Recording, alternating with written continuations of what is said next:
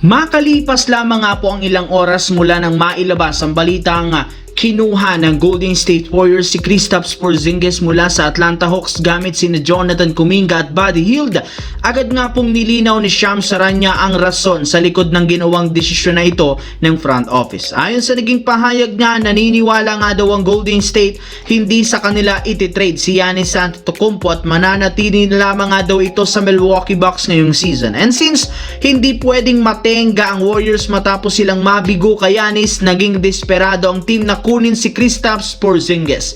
Though hindi pa ito nakakapaglaro simula January 7, naniniwala pa rin ang Golden State na makakapaglaro agad ito once na makasama siya sa team. Inaasahan magiging healthy ang katawan ni Porzingis sa mga susunod na araw, at kapag nangyari yan, siguradong magiging produktibo ito sa darating na laro at mas makakatulong kay Stephen Curry para sa gagawin nilang last push upang makapasok ang Golden State Warriors sa Western Conference Playoffs. Samantala, base nga sa pinakahuling report ni Shams Charania ng ESPN, wala nga talagang balak ang Los Angeles Lakers makipag-agawan kay Giannis Antetokounmpo sa market.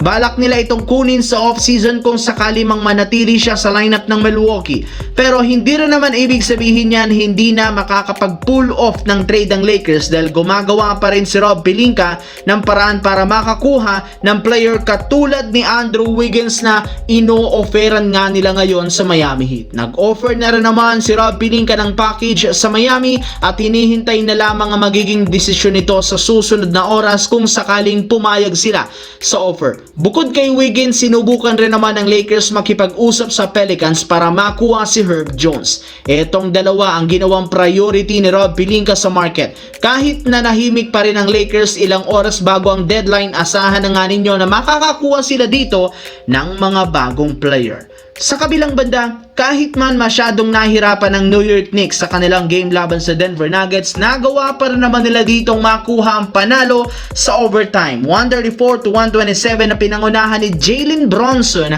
42 points at si Karl Anthony Towns na nagtala ng 24 points. At sa pagkapanalo, umabot na sa 7 games ang kasalukuyang win streak.